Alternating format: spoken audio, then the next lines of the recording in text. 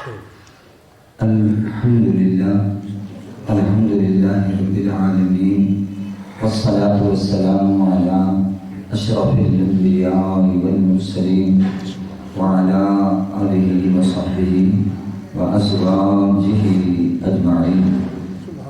أما بعد فأعوذ بالله من الشيطان الرجيم. بسم الله الرحمن الرحيم.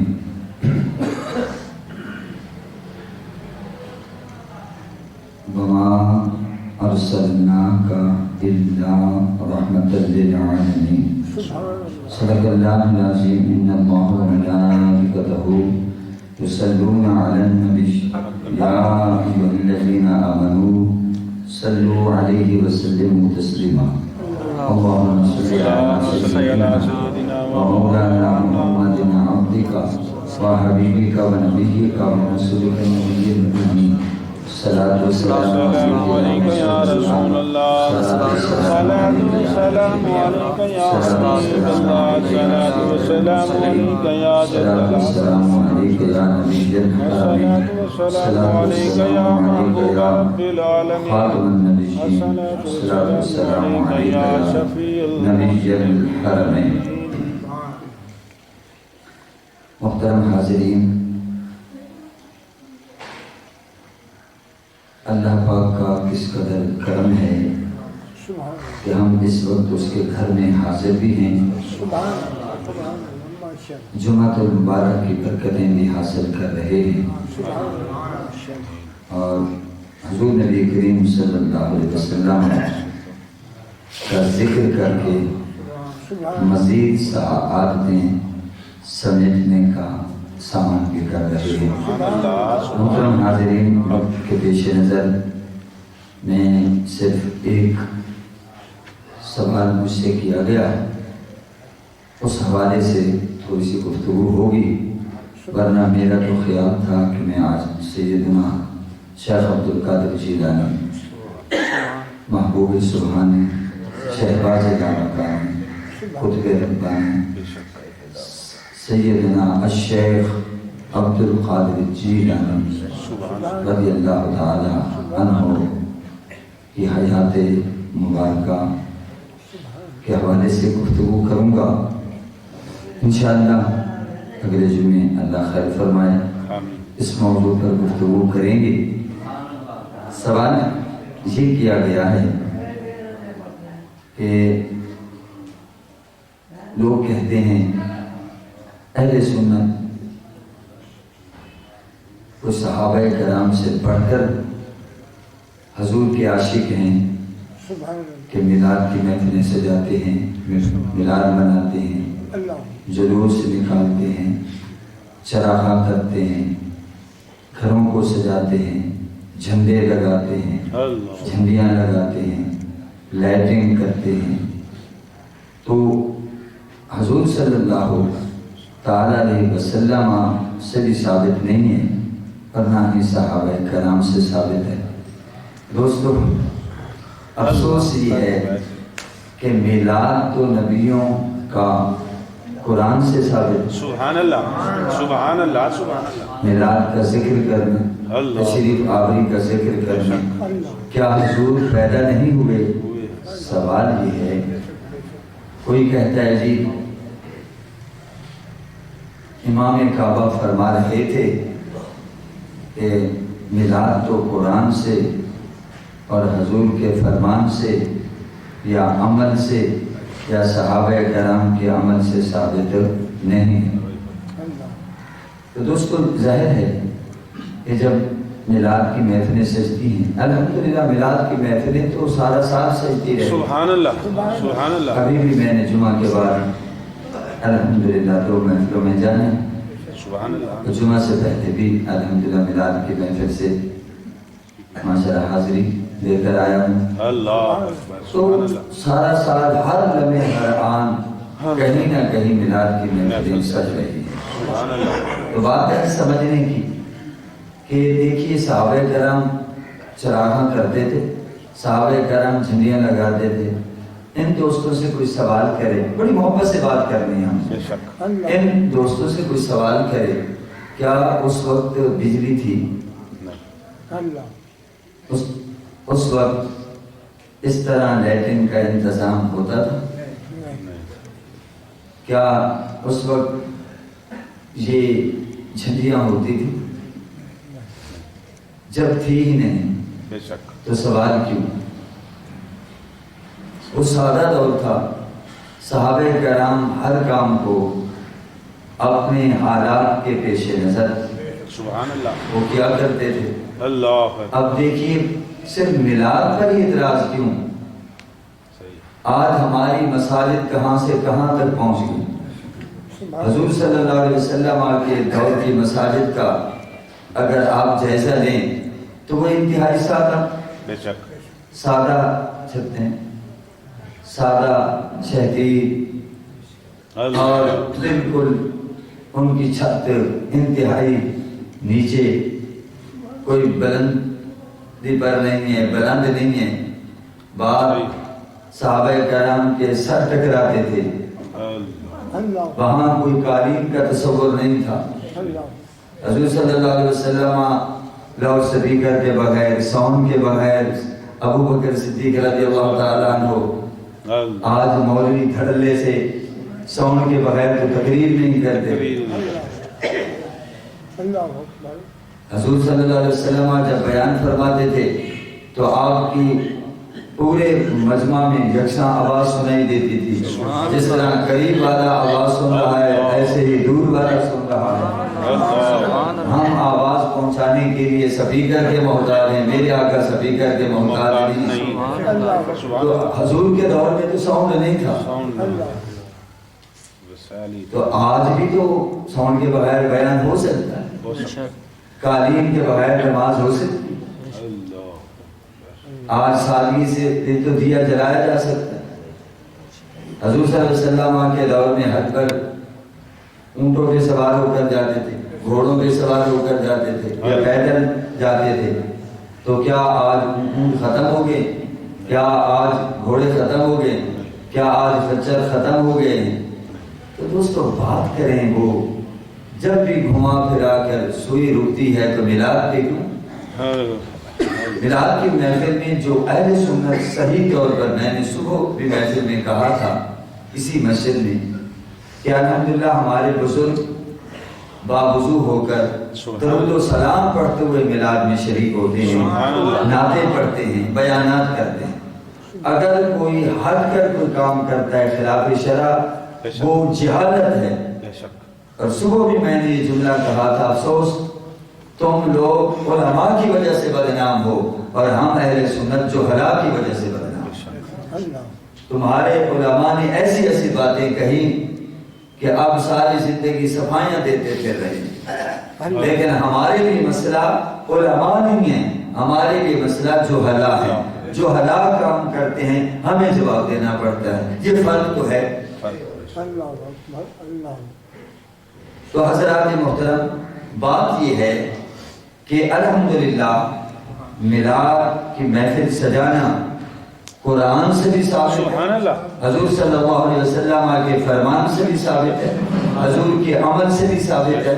یعنی میلاد شریف حضور سید عالم صلی اللہ تعالی علیہ وسلم نے اپنا پڑھا بھی ہے، سنا بھی ہے اور منایا بھی ہے۔ جتنا مجھے ٹائم ملتا ہے میں جلدی جلدی بیان کرتا ہوں۔ ہم پہلے قرآن کی طرف آتے ہیں۔ ویسے بہت سارے دلائل ہیں، بہت سارے دلائل ہیں۔ الحمدللہ میرا ایک رسالہ ہے، محافل میلاد النبی صلی اللہ علیہ وسلم کا انعقاد قرآن و حدیث کی روشنی میں، جو ہم نے یہ چھپا کر پچھلے سال میلاد النبی صلی اللہ علیہ وسلم کے موقع پر مفت تقسیم کیا۔ تو آئیے دوستو، میرے سامنے سورہ مریم ہے۔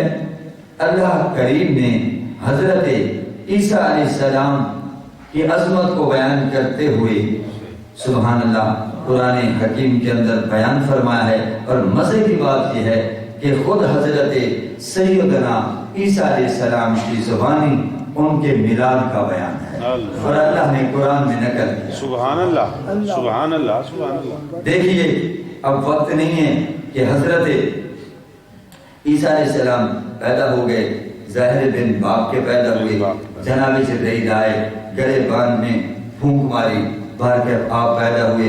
جب آپ اپنے یعنی پیارے بچے عیسیٰ علیہ السلام کو لے کر قوم کے سامنے آئیں، ابھی 6 دن کے ہیں یا 6 گھنٹے کے ہیں، تو بالکل یعنی گود میں ہیں، جب وہ لے کر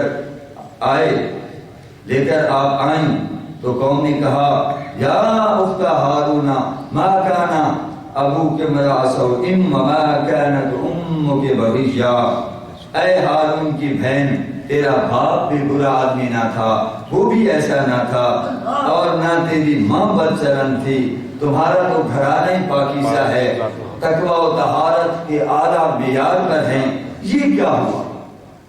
آپ کی تو شادی نہیں ہوئی، آپ تو کنواری ہیں، یہ بچہ کہاں سے آ گیا؟ تو اللہ کی طرف سے انہیں حکم تھا، تو انہوں نے کہا فاشارت الیہ، تو جناب حضرت مریم نے اس بچے کی طرف اشارہ کر دیا کہ مجھ سے نہ پوچھو، اس سے پوچھو۔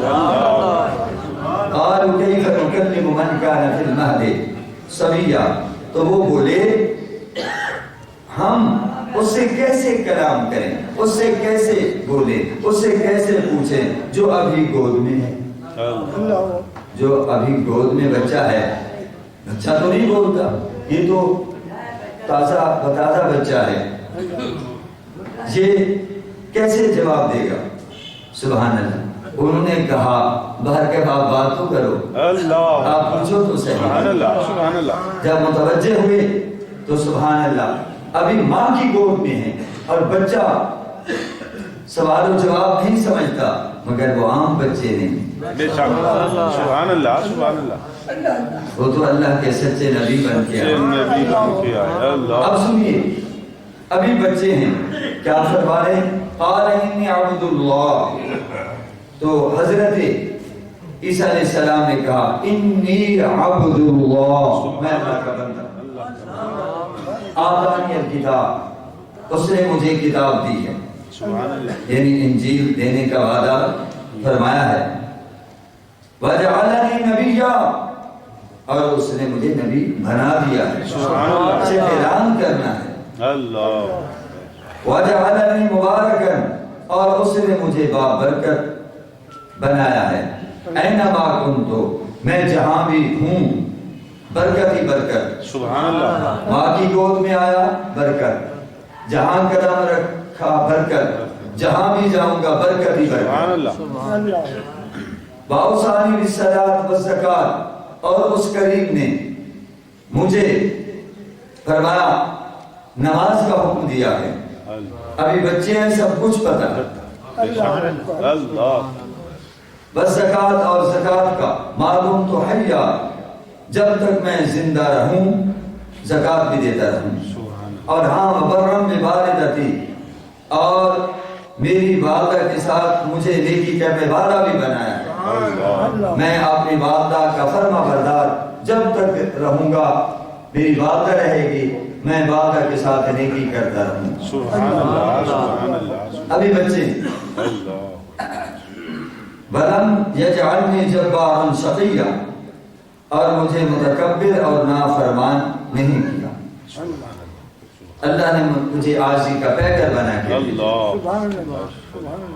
آگے سنیے، حضرت عیسیٰ علیہ السلام نے فرمایا والسلام علی یوم ولدت ویوم اموت ویوم ابعث حیا، اور مجھ پر سلامتی ہو جس دن میں پیدا ہوں۔ سبحان اللہ۔ یہ الفاظ قابل غور ہیں۔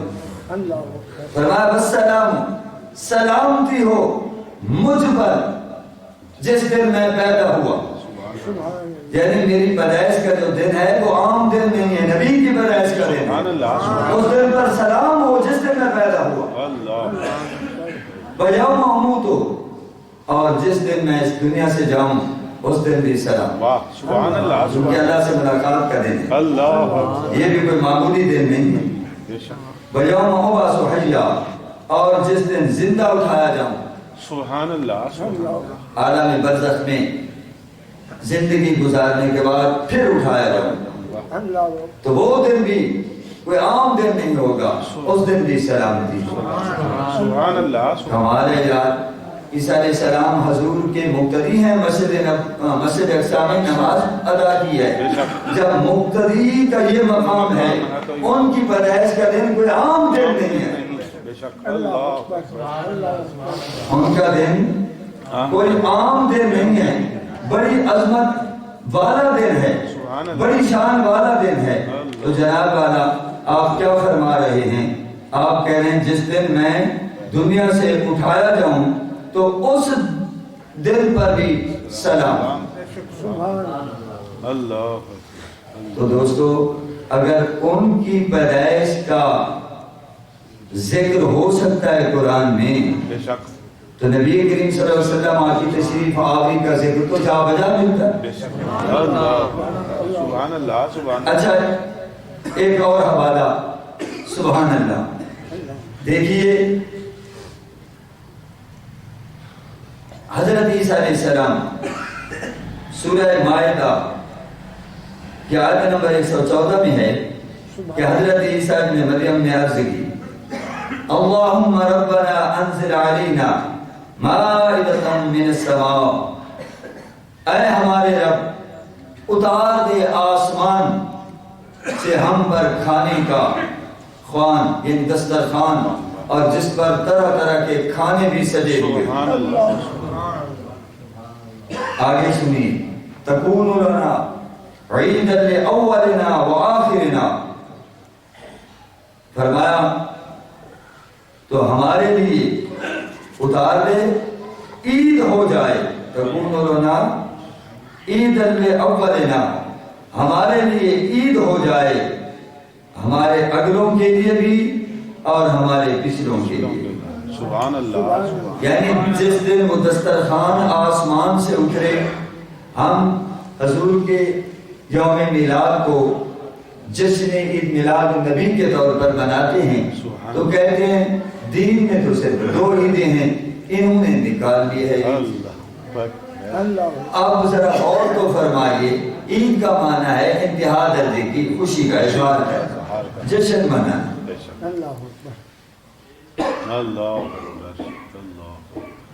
اعتراض ہے تو حضور کے میلاد پر ہے کہ جشن کیوں مناتے ہیں؟ سنیے حضرت عیسیٰ علیہ السلام دعا کر رہے ہیں مولا جس دن وہ دسترخوان آسمان سے اترے، ہمارے لیے بھی عید کا دن ہو، ہمارے اگلوں پچھلوں کے لیے بھی عید کا دن ہو۔ یارو دسترخوان اترے، صرف وہ بھی عیسیٰ علیہ السلام اور ان کی قوم کے لیے، وہ کہیں کہ ہمارے لیے جشن کا دن ہے، ہمارے لیے عید کا دن ہے، تو جو آقا صرف مکے والوں کے لیے نہیں، مدینے والوں کے لیے نہیں، صرف فرشوں کے لیے نہیں، صرف عرشوں کے لیے نہیں، صرف انسانوں کے لیے نہیں، صرف جناب والا جنوں کے لیے نہیں، صرف فرشتوں کے لیے نہیں، کائنات کے ذرے ذرے کے لیے رحمت بن کر آئے ہوں، تو وہ دن کیوں نہیں عید کا دن قرار پائے؟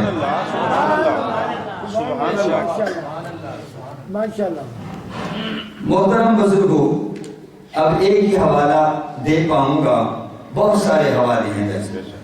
حضور نے اپنا میلاد پڑھا بھی ہے اور اپنا میلاد جو ہے وہ سنا بھی ہے اور اپنا میلاد منایا بھی ہے۔ لیجئے جلدی جلدی، یہ ماشاءاللہ المعجم الکبیر میں بھی ہے اور چند الفاظ کے رد و بدل کے ساتھ یہ مشکات المصابیح کے اندر بھی ہے۔ حضرت ارباز بن ساریہ رضی اللہ تعالیٰ عنہ بیان کرتے ہیں کہ میں نے رسول اللہ صلی اللہ علیہ وسلم کو فرماتے ہوئے سنا، انا عبد اللہ، فرمایا میں اللہ کا بندہ۔ بندہ ہونا کوئی معمولی بات نہیں ہے، عبدیت کی نسبت رب کی طرف ہوتی ہے، جو اپنے آپ کو رب کے سپرد کر دے، اپنی خواہشات اور مرضیات کو اللہ کی مرضیات پر قربان کر دے، احکام کے تابع کر دے، اس کو بندہ کہتے ہیں۔ اتنی سی بات ہے، ہم نے سمجھا شاید عام انسان کو بندہ کہتے ہیں۔ عبدیت ایک مقام ہے، اس کو سمجھنے کی ضرورت ہے۔ آگے فرمایا وخاتم النبیین، اور میں خاتم النبیین کے منصب پر فائز ہوں. سبحان اللہ. حضور فرماتے ہیں ان آدم لمنجدل فی دینتہ، اور فرمایا یعنی میں اللہ کا خاص بندہ ہوں اور میں اس وقت بھی خاتم النبیین کے درجے پر فائز تھا جبکہ سیدنا آدم علیہ السلام اپنے خمیر میں تھے، یعنی ابھی ان کا پیکر خاکی تیار بھی نہ ہوا تھا، یعنی پانی اور مٹی کے درمیان. جیسے کنت نبی و آدم بین الماء والطین، میں اس وقت بھی نبی تھا جب آدم علیہ السلام پانی اور مٹی کے درمیان. اور حضور علیہ السلام نے فرمایا کہ سأخبرکم عن ذالک، فرمایا میں ان قریب تمہیں اپنے بارے میں باخبر کروں گا، اور اس کے جو میرا ابتدائی معاملہ ہے اس کے بارے میں باخبر کروں گا. فرمایا کہ میں اپنے باپ سیدنا ابراہیم علیہ السلام کی دعا سبحان اللہ. بشارت عیسیٰ اور عیسیٰ علیہ السلام کی خوشخبری بن کر آیا. برویا امی التی رات ہو، اور میں اپنے ماں کا وہ خواب ہوں سبحان اللہ جو انہوں نے سبحان اللہ. منبر پہ بیٹھ کے حضور علیہ السلام نے اپنا میلاد بیان کیا. سبحان اللہ. کہ 2700 سال پہلے جو حضرت ابراہیم علیہ السلام نے خانہ کعبہ تعمیر کر کے دعا مانگی تھی، ربنا وبعث فیہم رسولا، اے اللہ ہم نے تیرا گھر تو بنا دیا ہے، بسانے والا بھی اور فرمایا بشارت و عیسیٰ. اور 650 سال پہلے حضرت عیسیٰ علیہ السلام نے دریائے اردن کے کنارے اپنی قوم کو بلا کر حضور علیہ السلام کی تشریف آوری کے مطابق بشارت سنائی تھی. فرمایا وَمُبَشِّرًا بِرَسُولٍ يَأْتِي مِن بَعْدِهِ اسْمُهُ احمد، اے میری قوم میں نے آج تم کو کیوں بلایا ہے؟ کمال یہ ہے یہاں میں بیان کر رہا ہوں، سننے والے بھی محمدی، سنانے والا بھی محمدی، اور بیان بھی محمد مصطفیٰ کی عظمت کا. لیکن کمال نہیں ہے بیان کرنے والے عیسیٰ علیہ السلام اور سننے والے عیسائی، اور آمد جلسہ جو تھا موضوع جلسہ وہ آمد مصطفیٰ. سبحان اللہ. اور کیا فرمایا کہ میں تمہیں ایک ایسے رسول کی خوشخبری سنانے والا ہوں، فرمایا جو میرے بعد آئیں گے اور ان کا نام احمد ہوگا. سبحان اللہ. سارے پیغمبر آئے وہ بشارتیں دیتے ہوئے آئے کہ حضور تشریف لائیں گے. آدم علیہ السلام سے لے کر حضرت عیسیٰ علیہ السلام تک سب کے سب حضور کی آمد کی بشارتیں سناتے ہیں. اور آخر میں حضرت عیسیٰ علیہ السلام نے اعلان کر دیا کہ اب انتظار کی گھڑیاں ختم، اب میرے بعد جو نبی تشریف لانے والے ہیں ان کا نام احمد. یہ قرآن ہے. یہ کیا ہے؟ قرآن ہے. اور فرمایا کہ ماں نے جو خواب دیکھا تھا کہ ان کے جسم سے نور نکلا ہے، سبحان اللہ. میں اپنی ماں کا خواب بن گیا، اور انبیاء کی مائیں ایسا خواب دیکھا کرتی ہیں. اور سبحان اللہ جب حضور علیہ السلام کو آپ کی والدہ نے جنم دیا، ہینا ولادت رات نوراً اضاءت لہا قصور الشام، تو جب آپ نے حضور کو جنم دیا تو کس کو جنم دیا؟ فرمایا رات نوراً، ہر طرف نور ہی نور ہے. حضور نور کی شکل میں تھے، اور فرمایا حضور کے نور کی برکت سے شام کے محلات بھی چمک اٹھے. صرف شام کے محلات ہی نہیں ہیں، شام کے بازار بھی جگمگا اٹھے. اور آپ نے لیتے لیتے شام کی بازاروں میں اونٹوں کی چلتی ہوئی قطاروں کو بھی دیکھا. حضرات محترم لیجئے کہتے ہیں جی صحابہ کرام نے بھئی حضور کا میلاد، حضور کا ذکر، اس صحابہ کرام نے تو بہت کچھ کیا. انہوں نے تو حضور کے نام پر گردنیں کٹوائی. سبحان اللہ. سبحان اللہ. میرے بھائیوں، سنن نسائی سیاستہ کی حدیث ہے، اس کا میں حوالہ پیش کر رہا ہوں. حضرت ابو سعید خدری رضی اللہ تعالی عنہ بیان کرتے ہیں کہ ایک مرتبہ حضرت معاویہ رضی اللہ تعالی عنہ نے یہ بات بیان کی. ایک بار رسول اللہ صلی اللہ علیہ وسلم ایک حلقے یعنی اپنے صحابہ کرام کے پاس تشریف لائے تو آپ نے ان سے پوچھا. صحابہ کرام بیٹھے ہوئے لیکن پہلے دور میں سادگی سے مجلسیں ہوتی تھیں. تو حضور پاک صلی اللہ علیہ وسلم نے فرمایا ما اجلسکم، اے میرے صحابہ بتاؤ تمہیں یہاں کس نے بٹھایا ہے؟ سبحان اللہ. یہ جو مجلس تم بنا کے بیٹھے ہو اس کا پس منظر کیا ہے، سبب کیا ہے؟ سبحان اللہ. فقالوا جلسنا ندعو اللہ ونحمده على ما هدانا لدینه ومن علینا بک. عرض کیا حضور ہم یہاں اس لیے بیٹھے ہیں، مجلس بنانے کی غرض یہ ہے کہ اللہ کریم نے، اللہ کریم نے سبحان اللہ ہمیں جو اپنے دین کی رہنمائی فرمائی ہے، سبحان اللہ. ایک تو اس کا شکر ادا کریں، اس کا ذکر کریں، اور سب سے بڑھ کر بات یہ ہے وَمَنَّ عَلَيْنَا بِكَ، اللہ نے آپ کی تشریف آوری کی صورت میں، جلوہ گری کی صورت میں جو ہم پر احسان عظیم فرمایا ہے اس کا بھی شکریہ. سبحان اللہ. سبحان اللہ. ہمارے بیٹھنے کا مقصد یہ ہے. سبحان اللہ. مجلس کے الفاظ ہیں اللہ اکبر.